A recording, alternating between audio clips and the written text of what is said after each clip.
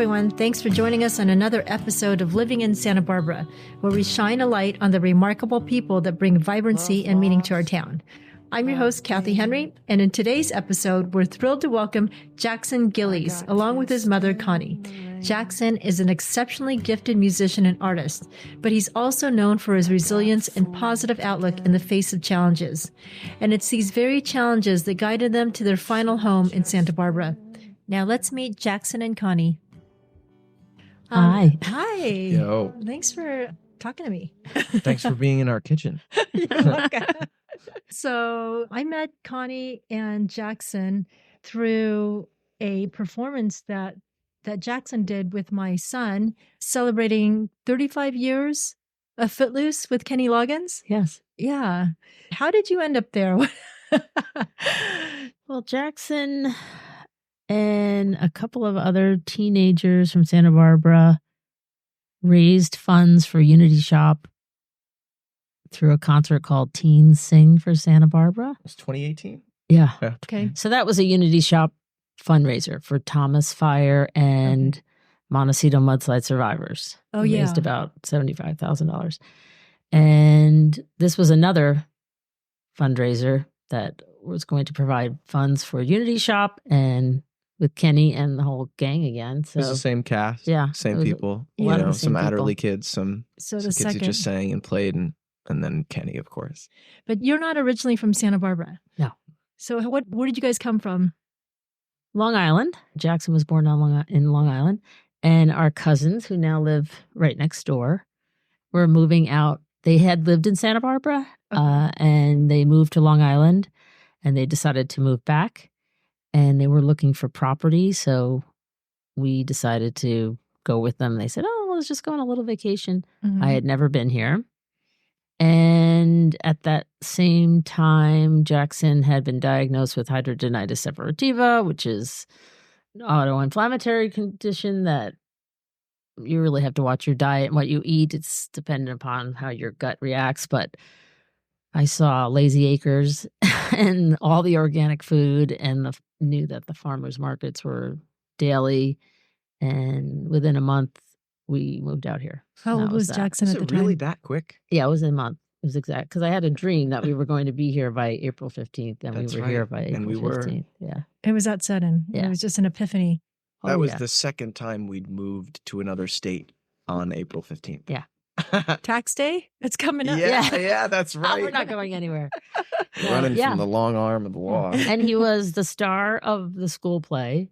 They had the cast party, and we moved. And then the next year, he was the star of the play. They had the cast party, and we moved.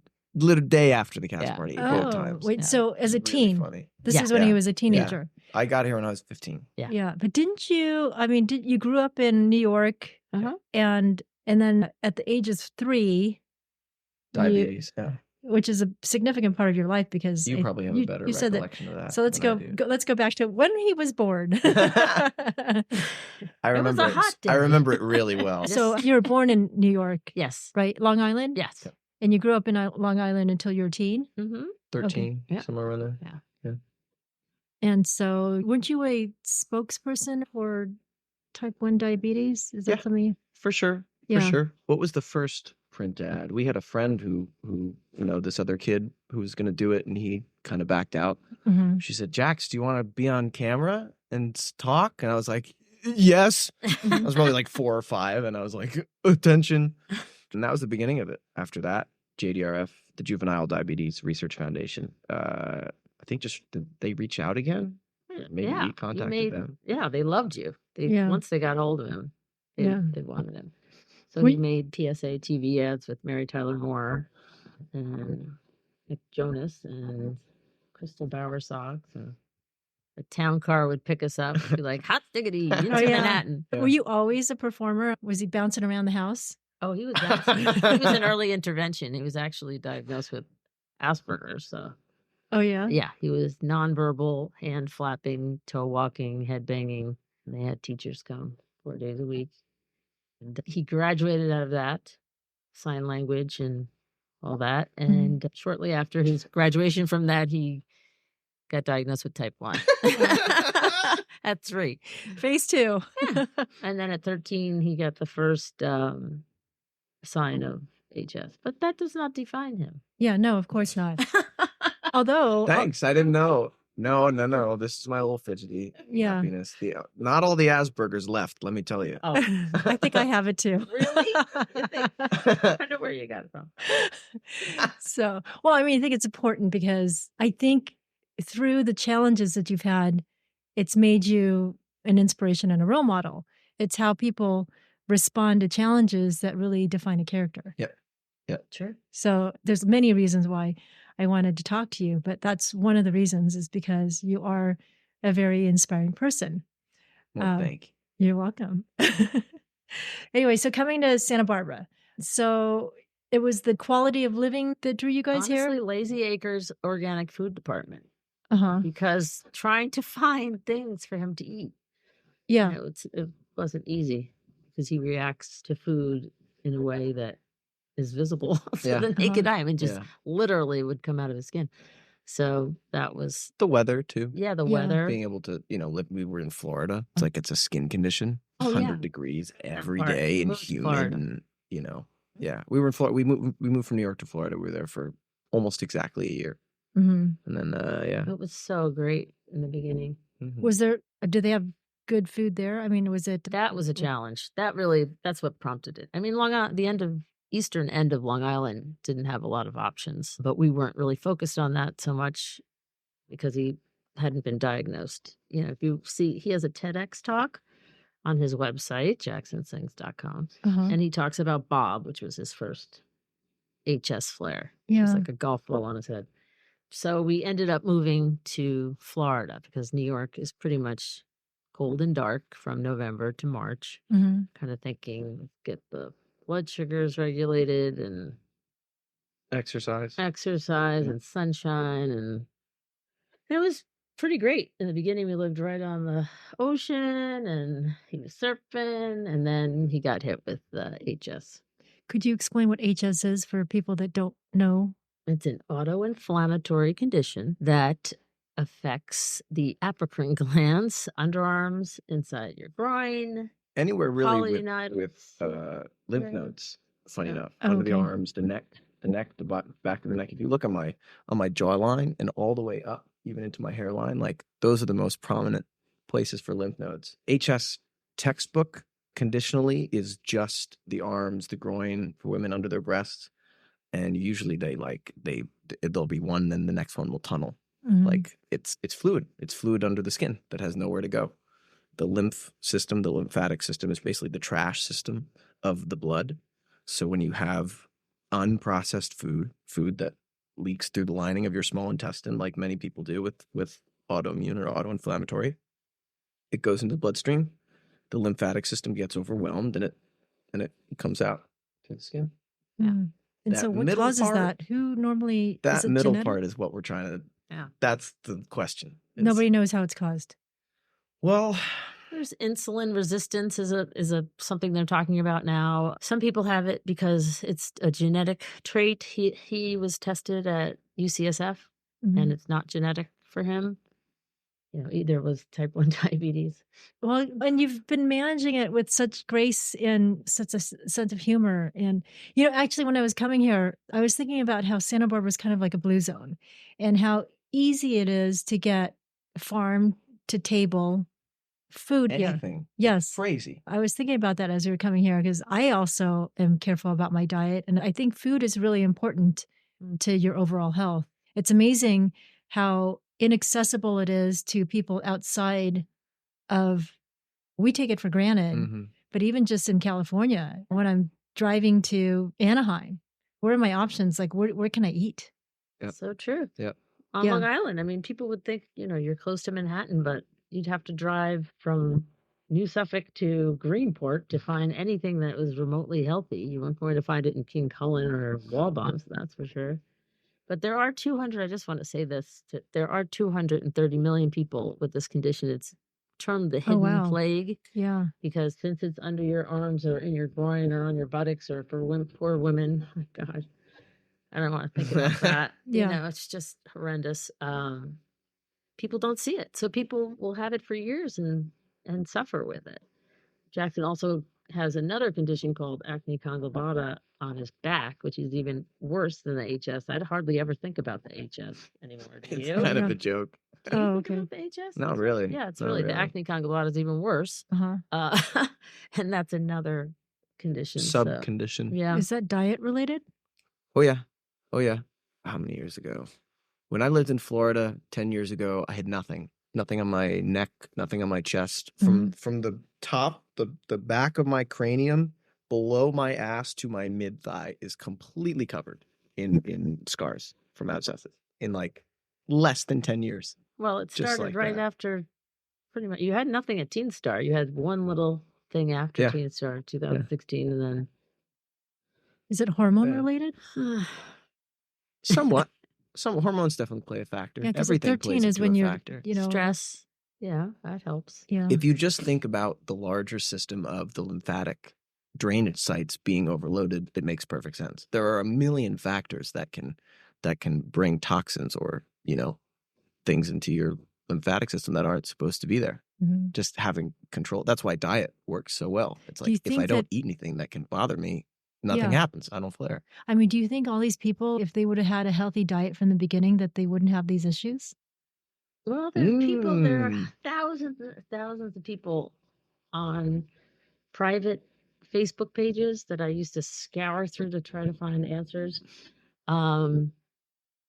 And they'll do an elimination diet and pretty much almost eat nothing that would possibly trigger them, and yet they still get their triggers Okay. from maybe stress or Residual, you can clothes, have things food like and fat detergent. reserve. Yeah, I mean fabric you know. softeners, deodorants, shampoo. I don't know if that. Well, yeah, Oh probably my can. God. Yeah, your body ingests everything. Yeah, Yeah. there's people who say that all the time. I tried a new deodorant, now I have it. Yeah. But anyway, yeah. Well, there is a movement towards cleaner, healthier living that I think we're all trying to promote, especially in Santa Barbara, and hoping the message spreads. Yeah, But it is definitely. part of living in Santa Barbara is how do we live? Mm. It's the quality of living. And that's what drew you to Santa Barbara, Mm-hmm. right? Absolutely. And then so you went to high school here. And how did you get into music? Were you playing guitar at 3? Like how? No. I sang, anything that I could hear. Uh-huh. Around 11, 12 maybe, I started listening to the Avett Brothers, and that was it. I mean, I'd listened to them a little bit before, and we'd always had good music playing through the house. The Dead, Mm-hmm. Joni Mitchell, James Taylor, everything great. But those guys that was it. That was the sound. And funny enough, it was just them and their guitars and the lyrics, like really, really bare bones. So I just laid in bed and I started learning songs. Like I didn't have anything else to do. Yeah. I just started. Was he a good learning all singer of them. from the beginning? Well, he did a lot of musical theater. Oh, yeah. He always pretty much was one of the leads in the plays. But when he got hit with HS and he couldn't really walk, his stepdad, Jeff, Mm-hmm. taught him how to play guitar. Oh. And In terms of singing, I so was always cute. I had some Think about a bit like oh yeah, just natural. I didn't do anything for it. Yeah. It obviously took work to get good, but like Because you're really good. thank you. Thanks. I mean, you have a great voice. Taylor, it was the moment I knew that I was better at singing was my older brother Taylor was doing Les Mis, and it's the court scene. Who am I? Yeah. 24601. He gets that it's like a C sharp in Uh-huh. his chest, and I hit it, no problem. He's like, "What?" He's like, "Are you kidding me? You're 9 years old and you can Really? Actually, it was before he hit puberty, so it would have been easier. But I remember that was the moment of like, "Oh, I can do something that other people can't." That was fascinating. Well, I think musical theater is good for kids that have Asperger's or that are not, they can't do traditional learning. Yeah. Oh yeah. And the movement and the ability to express is really important. Maybe to a lot of people, actually, not just. Well, and just the concept. Yeah. There's no other place in school where you talk about the theater's full of freaks. The stories are about freaks and weird Yeah. people and weird things, and most people can't even open their mind to that. Well, you they're know? afraid to Yeah. because they have to seem proper and they have to fit in with everybody Yes. else. Yeah, the coolness culture of high school and middle school was like any vulnerability was was pounced upon, Mm-hmm. especially at that age. How did you deal with HS and those issues while you were in high school? Did it affect you socially? I mean, I was just like, I was not at school a lot. When I would see people, they'd be like, why haven't you been here for 2 months? And I'd just tell them. I'd tell them what's going on. And most people are cool about it. Most people wouldn't really care.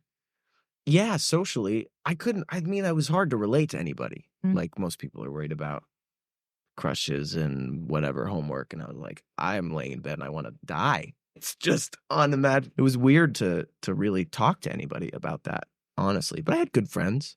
I had good, close-knit people that I could hang out with. I think like anybody does in high school. You only need 2, 3 really good friends, you know? So did you find solace in music? So when you're at home trying to recover, is that when you spend a lot of time playing guitar and singing songs? And Even before then, it was like every second was trying to fill my brain with music in one way or another. We're both kind of like that. Oh, yeah? Like, it's just... Is that where he gets it from? Your music? Because you were playing lots of music growing up. Well, I play piano. Okay. Yeah. Are you good? I play I want to hear you. She'll never brag about herself. She can play anything by ear. Oh. As long as it's in C. Yeah, as long as it's in C. As long as it's in C. But I mean, I'll play her something and then she'll sit down and play it in C? Yeah, play it right back. It's so great to have a keyboard that you can transpose, because then it'll just go. Do you guys perform together? Sometimes. We did pianos on stage. That's cool. I had an Wait, did I see that? experience recently and sang on stage with him at a packed bar. Oh, yeah? Yeah, never sang on a mic. I mean, I used to do children's environmental education music up and down the East Coast. Oh, okay. But the little kids, it was fine. But I've sang karaoke once, freeze frame, not a lot of lyrics. And the other night, boy, that was crazy. Just got up there. That was just recently? Yeah. Oh, shoot. Yeah, I missed it. It was wild. Uh-huh. She was wailing. She was wailing like Janet. I'll see you at Wildworks, right? It was at Wildworks. It was at Wildworks and it was packed. It was anything can happen at Wildworks. Open mic on Tuesdays, is that? Yeah, I haven't been in a little while, but it's always kind of fun. So moving here, you came here in high school. Where'd you go to school? San Marcos. San Marcos for like... What grade did you? Maybe a year. Something like that. I got here at the end of my sophomore year. And then some of my junior year. And then I did middle college, the alternative school at Santa Barbara City College. Okay. It's like a condensed high school program. Oh, okay. I got to go 1 day a week and then take whatever city college classes I wanted to. That's how I did my senior year. It's really the greatest thing that ever happened. And this person, Regina Freaking. Regina. Freking. What a saint. What a wonderful person. I mean, was she a counselor Santa Barbara? or That's teacher? why we're here. Teacher. It's all the positive, wonderful people who just reach out to you and help you. And he was having a hard time. He had this HS thing is symmetrical. So if you get a baseball size abscess under your left arm and have to have major surgery, you're going to get a baseball size abscess under your right arm. Oh, so he was going through that in high school. Yeah, here. So it was just ridiculous. And he got to go to this middle college, which just was amazing. All of a sudden, he's up on campus overlooking the water and picking out the classes he wants and learning what he wanted. And just having time. Yeah. I mean, going to school 8 to 3 was like not... I couldn't sit in a chair. I know, Maddox didn't do that either. We did. You know. That's why we traveled. I mean, that's what he did his senior year. High school. Yeah, he did not do regular high school. So that happened, but then at some point you were on American Idol. What happened there? I'm still asking myself that. What year? Sophomore year? Junior year? No, I'd graduated. I was 19. This dear, wonderful woman, this friend of ours, Shay Wilbur, reached out to me on Instagram, and I did a whole audition for America's Got Talent. Okay. Like went to the theater. My dad flew out from New York. My brother flew out from New York. And the whole judges, Heidi Klum and Simon, and I sang a song. I was really not that good then. I was 17 or 18. Mm-hmm. It was just this poppy, loud song, and I was trying to impress people, and I sang a big note. And the audience, standing ovation, like every single person gets on that show. Sorry. Uh-huh. And then I think, who was it? Howie Mandel. And Howie Mandel was like, I didn't like the song that much. And Heidi was like, I didn't like it either, but you were really cute. How old are you? And I was 18. I just turned 18 and they all wooed. And Simon, I think, said, I liked your performance. The song wasn't that good. And the audience was like booing them. They were like, oh, really? Yeah, that didn't go any further. I walked off stage. I was like, well, that's not airing. That was the first thing. And then she said, that didn't work out. Let's just do American Idol. So we did Idol. I was the last audition of the entire tour. We got there at 6 a.m. I auditioned at 10 p.m. Oh my God, the waiting around. Making chicken on a hot plate because he only eats 7 no. food No, it was steak products. at that point. It was meat. Steak. It was like a big hunk of meat. You brought steak to me. Eight. I brought a cast iron pan, mashed potatoes, olive oil, and a potatoes. conduction cooker, and I was cooking it outside. That is so funny. Oh but that's reality. I mean, when you have something like this, you never eat out at a restaurant. Yeah. You never go to a restaurant, eat anything from fast food. So that was that. I get anxiety in restaurants now. That's so funny. Yeah. Well, I'm worried about where they're getting their food. Yeah. No kidding. Huh. Well, yeah, especially these days after COVID, it really went downhill. For real. When he got on the show, so everybody else, would say you have to be there at 6 a.m. Yeah, it's rigorous, the Hollywood week. And those people just show up and go to a giant buffet and take whatever they want. He was up at 5 we had coolers of salads. We had a fan blowing the smoke out the hotel window that they wouldn't smell him cooking food. They should have taken a video of this, like we have videos. Yeah. We have pictures. Yeah. You're Jackson on American Idol. Just wild. But I have to say, you gotta love. I'm such a geek. I still watch it. I'm obsessed with it. I love Lionel Richie. Yeah. With all my heart. Yeah. I can almost cry. Really? He's just a beautiful person. I love Katy Perry. I love Luke Bryan. I love them. And I love Ryan Seacrest. I do. They're real people. Yeah. They're kind. Good. How far did you get? Top 60. 69. Top 60. Yeah, I was It's 69. actually 69. Beautiful. Well, we always say 70 or 68, but what the heck, he was top 69. 69. And so what was that like? Like, what's another funny story, or what was a surprise to you being involved with American Idol? Was it what you thought it was going to be like? I had no expectations going in. I had no preparedness for what the process would actually be like. Besides the waiting, you would just hang out and make friends with people. Like you're sitting next to your cohorts.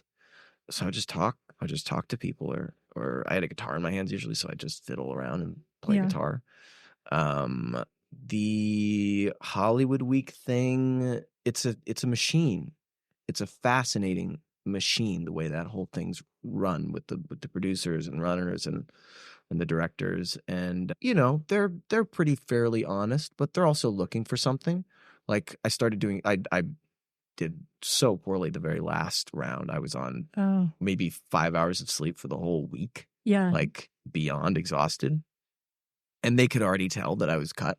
Like the second I'm off stage, they pretty much know. They don't decide before, but they know. And I knew. You can tell if you have a good eye and a good ear who goes through and who doesn't. And they put the camera on your face and they're like, what would it be like if you went home right now? How would that make you feel? And I'd be like, so the very last round comes. They split you into 3 rooms. And I mean, it was 2 hours plus. And they're like, there's no talking. You have to put your phones down.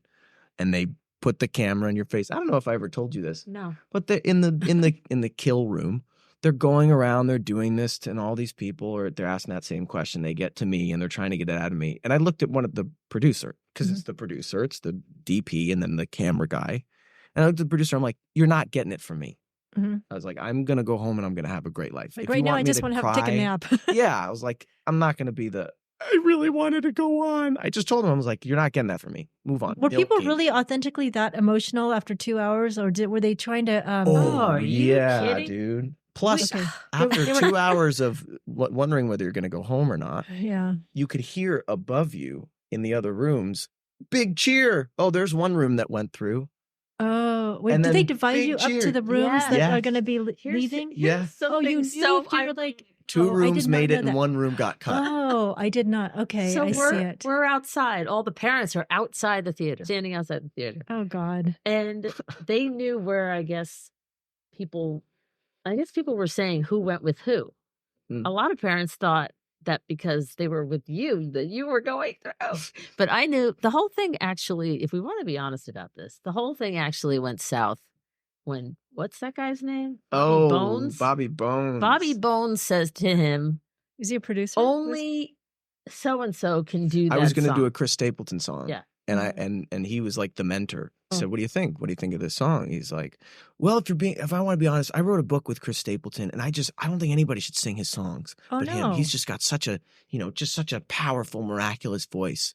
Okay, so that happened. So it's like maybe Yeah. 1 o'clock in the morning or so. And now that he's not singing that song, he's going to sing an original. But the guy he wrote the original with the song with Uh-huh. lives in Connecticut. Uh-huh. And we have to get him to fax a Oh, yeah. piece of paper saying that he co-wrote the song by the time 5 o'clock in the morning comes. So it's 4 o'clock in the morning and Yeah. we finally get that Oh piece. God. It was just it was stressful. a hell of a ride. God. And you know what? The minute he went on, I was like, we're done. We're out of here. Yeah. But the cool thing was the best part. I don't know if you remember this. We got in the car and we immediately started talking about Misty too Yeah. and doing that song. Yeah. It was just like okay, that's done. Mm-hmm. Yeah. Next. Yeah. It was For sure. Well, it was an experience. 100%. That's so wild to really think about that. And how little I knew. I mean, musically. Like, I Well, really. compared to now. I've been playing guitar for 4 years, maybe playing songs for 4 years. Like, I was good, but I had no clue. So it's a really great season this year. It's unbelievable Is it talent really? this season. Oh my gosh. I know there's so much It's a talent out phenomenally there. well-made show. Oh, and the stories. I just love them. I mean, I'm pretty much crying every I have not been watching Yeah, it. it's really, really good. But there was a part where Katie and everybody came up to Santa Barbara Yes. and paraded through State Street or Yeah, something. yeah. I missed that. Yeah. Oh, yeah. Was that episode on already? Yes. The beginning. That was for the auditions. Yeah, it Oh, was okay. really I cool. didn't see that. Yeah. I wish I was downtown and been like, hey, I guys, know, that would be so funny. what are you doing? The greatest thing Lionel Richie did, though, his audition is still on his Facebook page. And we got hundreds and hundreds and hundreds of messages saying, nobody has ever mentioned Days Just. Nobody has ever talked about Yeah. it. Thank you so much, whatever. But Lionel Richie said, he asked him about it, and then he asked him what the name of it was. He said, what's the name of that again? Which was so kind. And Jackson said HS. And he said, I had a couple of things bothering me today, but I'm going to go home tonight and think of you. And it was just so. He said, I'm going to God, I go love home that and go guy. to sleep, and I don't have a care in the world Ah, because looking at you, yeah, he's just. Lion of the man. I Yeah. love him. Well, did you make any friends from that show? Yeah. Did Oh yeah? yeah, I had buddies. I think I still follow How are they doing? a Are couple they? people on Yeah. Instagram here and there. I've been trying to get away from Instagram as much as possible, and that's where I keep up with Uh-huh. people. I should look Yeah. look and see. So you were here in Santa Barbara, and so do you feel like your musical direction grew from being here? Oh my God. That's like understatement.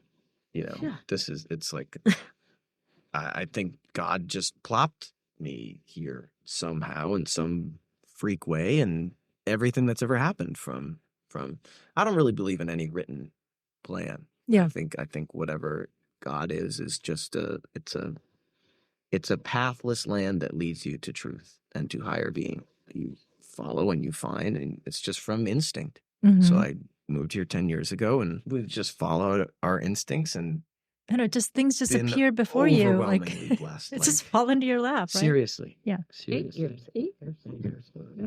10 years. sounds good. Okay, good. It's 8. It's really 8.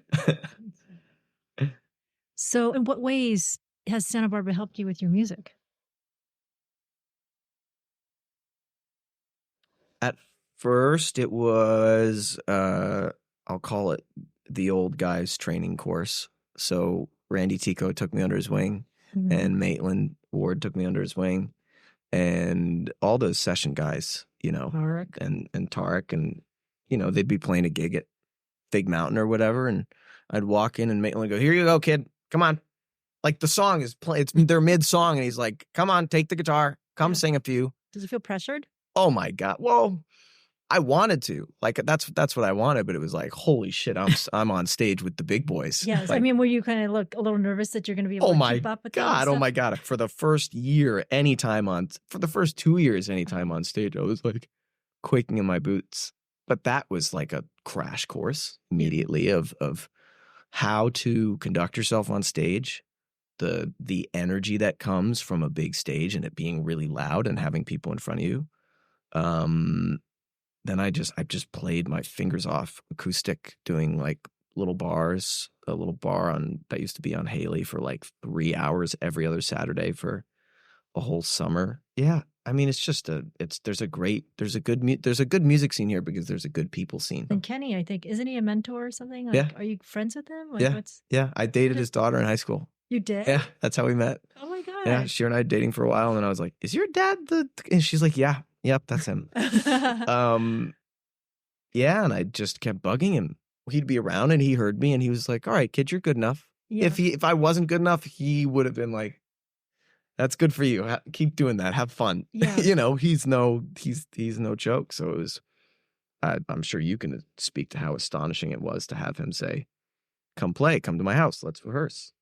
Yeah. She held him on her high school senior yearbook. Yeah, Loggins and Messina. One of my pictures, I have Loggins and Messina holding. Yeah, the weirdest thing is Kenny Loggins and Messina, Michael McDonald, Christopher Cross, Jackson Brown. That's one of the reasons he's named Jackson.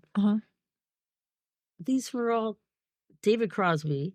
Oh, that was your scene. That was your music. Totally, 100%. And to think the first time we went over to dinner and there's Kenny Loggins sitting there, it's kind of crazy. But funny. The first concert he did was the concert across America to end gun violence. Yeah. And it's so funny now to see the pictures of Kenny and you. You're like, just a little kid. So he's had a lot of opportunities to work with him, and he's phenomenal genius. Yeah. And who knew, when you were living in Florida or New York, that you would be friends with one of your idols, I guess. It's just incredible. What a long, strange trip. The other wild thing is to get here and look for an endocrinologist. Oh, yeah. And call Sanson Diabetes Research, and they're saying, oh, yeah, she's only 15. And we're really focusing on research here. And I said, really, what kind of research are you doing? Oh, we're working on the artificial pancreas project, with the pump and an insulin pump, speaking to a continuous glucose monitor for a closed loop system.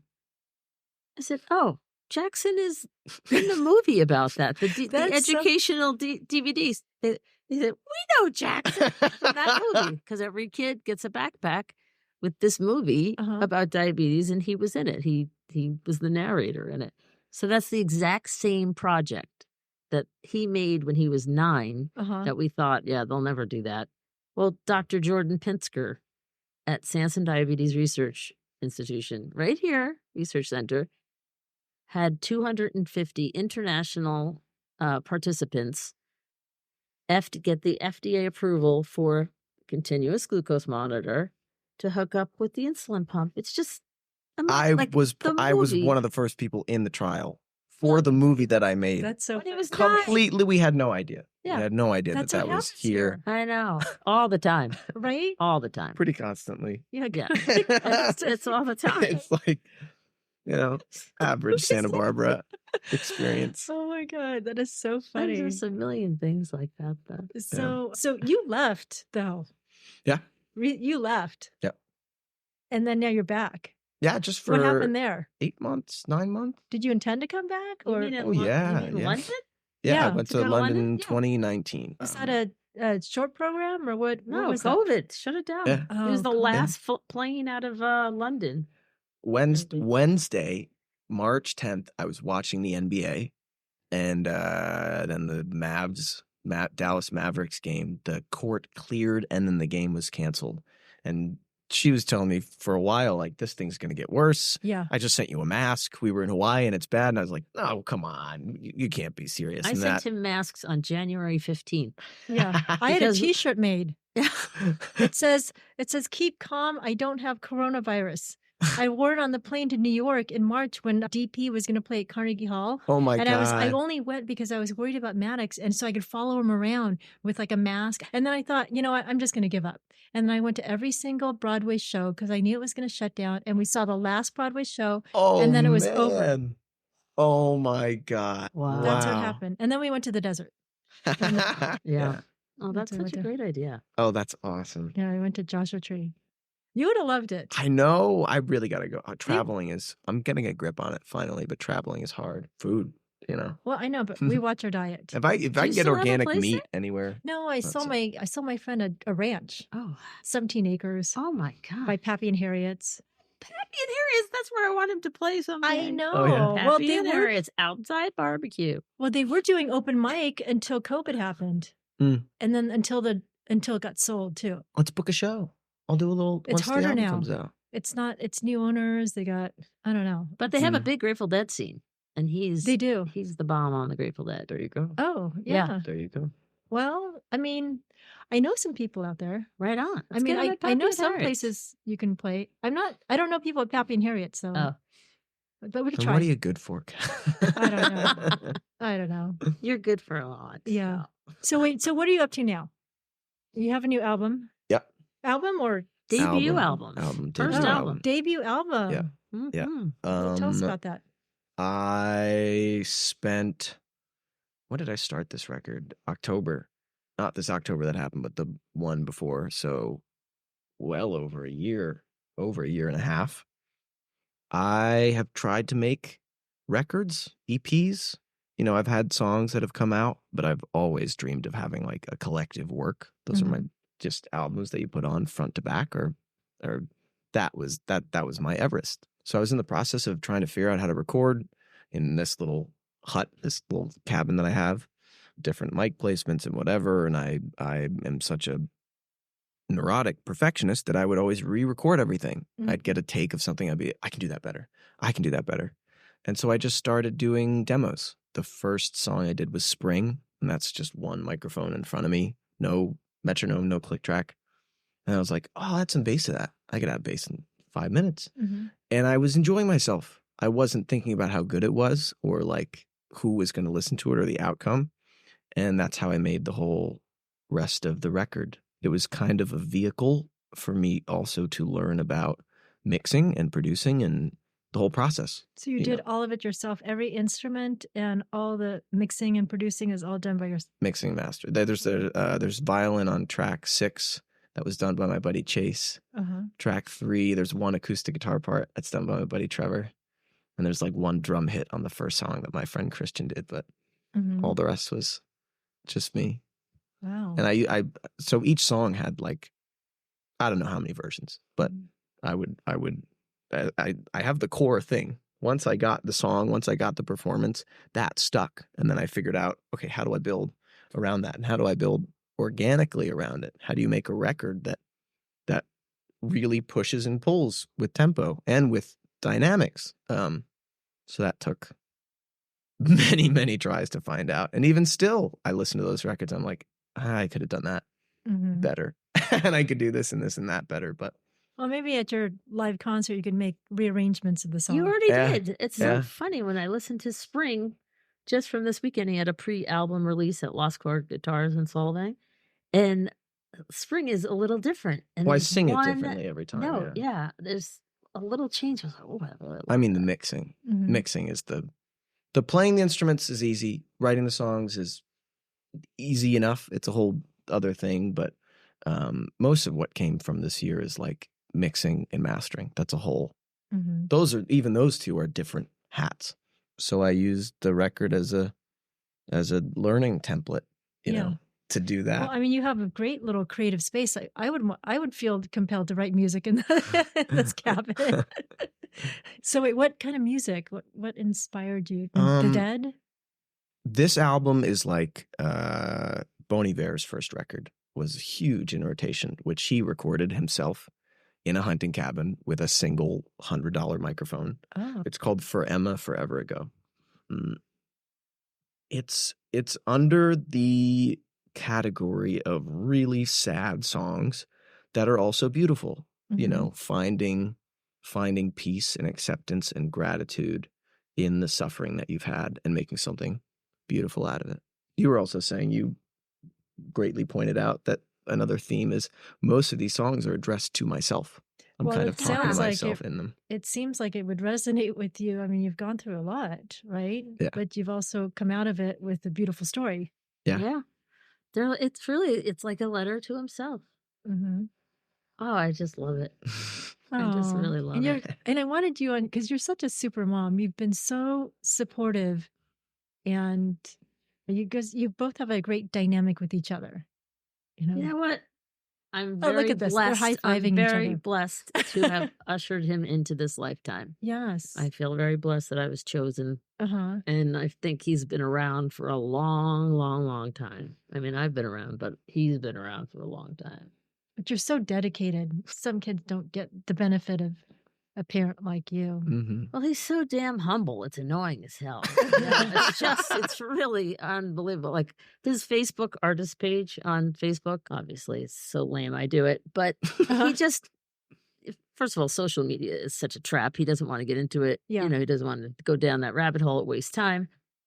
So I do it. But honestly, he doesn't promote himself. You know, even at his shows, he'll say, I'm Jackson. Say Jackson Gillies, you know, say your web. I forget. I'm the same way with sometimes. Maddox. I'm like, Maddox, I know. Say you your have so website. much talent. And So, you know, and very inspirational person. so I have a kind of a challenging question for you. Oh, hit me. Okay. So if you were to be a mentor for the kids today, at what age would you want to start mentoring them? And what lesson would you want them to learn? Ooh, just kids in general, children. Or the who youth. do you think needs the most mentorship, I guess? I mean, how old are you right now? 24. Okay. 24, going to be 25. Mm-hmm. People, well, trauma compounds. If you don't deal with your trauma, your kids get it, and your kids get your coping mechanisms.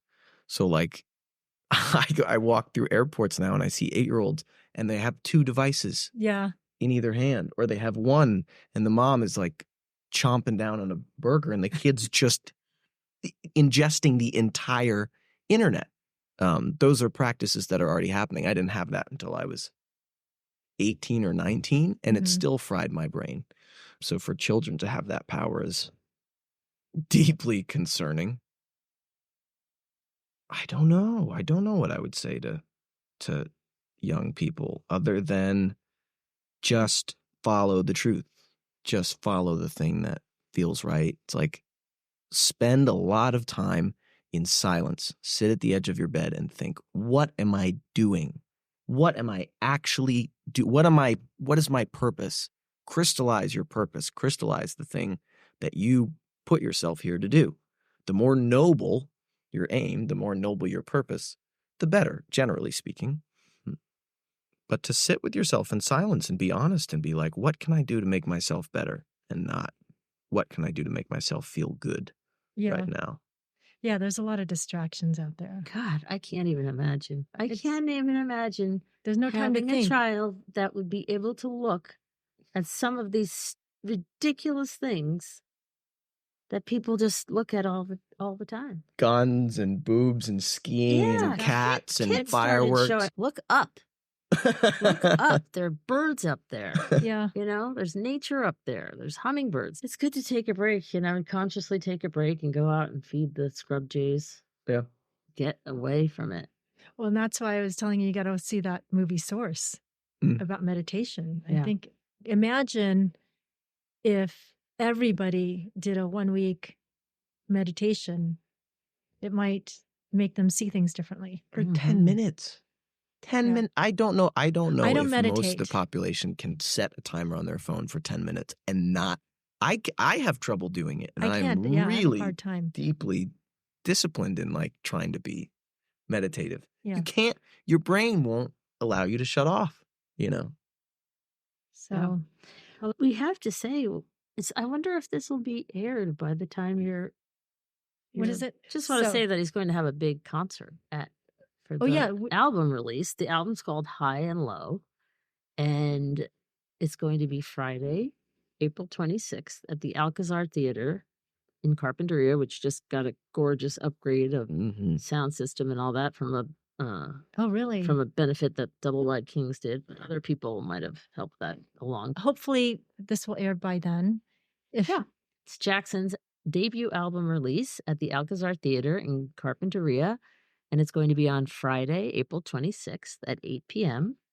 There's going to be free transportation donated generously by Jump on the School Bus from the Garden Street Visitor Center. What is it called? Oh, you know, on Cabrillo? Yeah. Okay.